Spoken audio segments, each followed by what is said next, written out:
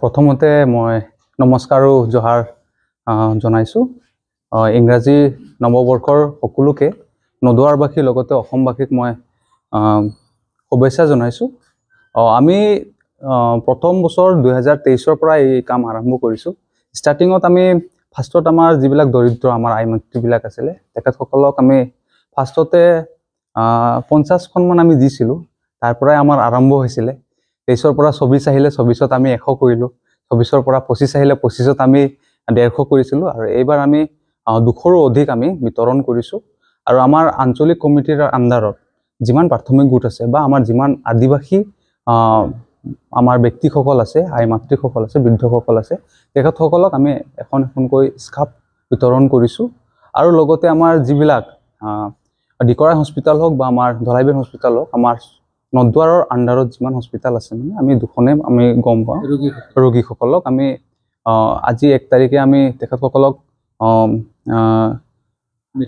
মিঠাই টোপোলাৰ লগতে আমি স্কাৰ্ফ এখন এখনকৈ দিছোঁ আৰু তেখেতক খবৰ ল'বলৈ আহিছোঁ।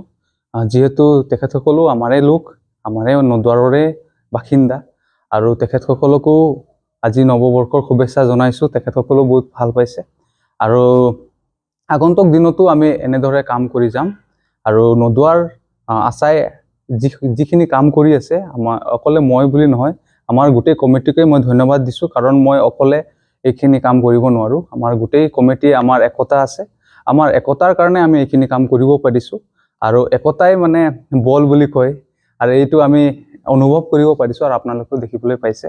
আৰু আগন্তুক দিনতো যিহেতু আমি যোৱা দিনবিলাকক যেনেকৈ মেট্ৰিক পাছ কৰা সকলক স্কুল বেগ দিছোঁ, ঠিক সেইদৰে এইবাৰ যিবিলাক পাছ কৰিব তেখেতসকলকো দিম।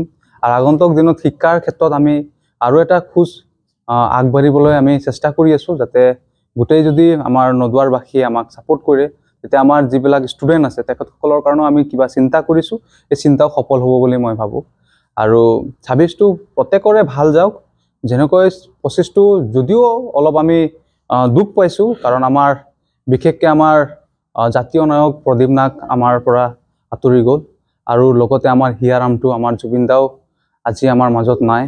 যদিও তেখেত দুজন ব্যক্তি আমাৰ জাতিটোক বহুত মানে বেছি মহত্ব হিচাপে চিন্তা কৰিছিলে, যদিও নাই, তেখেতৰ নীতি আদৰ্শ আমি লৈ আগবাঢ়ি আছোঁ আৰু আগন্তুক দিনত আগবাঢ়িয়ে থাকিম। তেখেতক আমি কেতিয়াও পাহৰিব নোৱাৰোঁ। তেখেতৰ যিবিলাক বাক্য আমি কেতিয়াও পাহৰিও নাযাওঁ আৰু কোনো পাহৰিবও নোৱাৰে।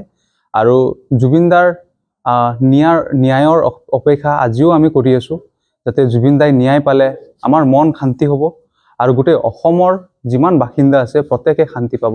অসম বুলি নহয়, গোটেই ভাৰতবৰ্ষৰ বাসিন্দাই শান্তি পাব।